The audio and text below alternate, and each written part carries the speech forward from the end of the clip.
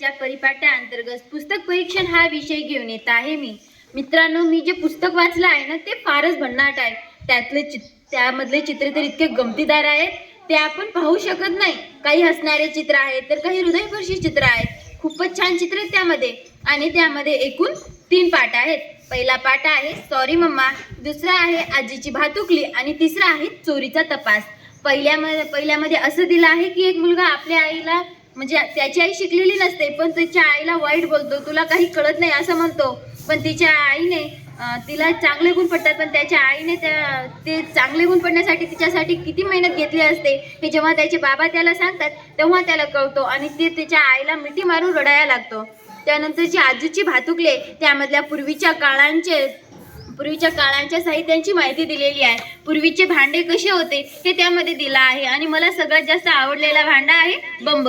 हा खूपच छान आहे आणि मला फार आवडला तो। आणि त्यामध्ये एक ओवी सुद्धा आहे, ती सुद्धा खूप छान आहे। त्यानंतर चोरीचा तपास, यामध्ये माझा विद्यार्थी चोर म्हणून त्याच्यावर शिक्का लागू नये, तो चोर म्हणून पकडू जाऊ नये म्हणून शिक्षक कशी युक्ती लावतात व चोरीचा तपास कसा घेतात यामध्ये दिला आहे। आणि मोठं होऊन जेव्हा तो मुलगा त्यांना भेटतो तेव्हा त्यांना ओळखू येत नाही, कारण त्यांनी सुद्धा डोळ्याला पट्टी बांधलेली असते की माझ्यासमोर सुद्धा तो मुलगा चोर म्हणून ओळखू येऊ नये।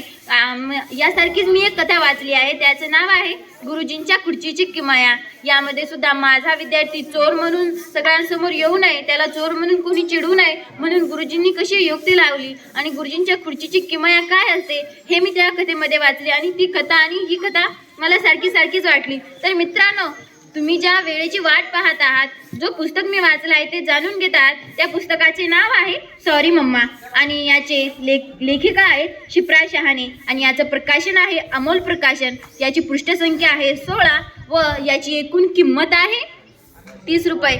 बघा मित्रांनो, याचा मुखपृष्ठ किती सुंदर दिसत आहे आणि मलपृष्ठावर थोडीशी माहिती दिलेली आहे, ती सुद्धा खूप छान आहे। यामधून आपल्याला शिकायला भेटतं की आपण कधीही आपल्या आईला उलटं बोललं नाही पाहिजे। आपली आई आपल्यासाठी किती खस्ता खाते पण आपण तिला उलटं बोलतो, तिला वाईट समजतो, तर आपण तसं केलं नाही पाहिजे। आणि पूर्वीच्या काळाची जी भांडे होते आपल्याला त्यांची माहिती असायला पाहिजे आणि एखादं चांगलं काम करायचं असेल तर आपण त्यामध्ये मन ओतून आणि जीव ओतून ते केलं पाहिजे, असं या पुस्तकातून आपल्याला संदेश भेटतो। आणि मित्रांनो, हा पुस्तक खूपच छान आहे, तुम्ही सुद्धा हा पुस्तक नक्कीच वाचा। यामधले चित्र सुद्धा तुम्हाला नक्कीच आवडतील। धन्यवाद।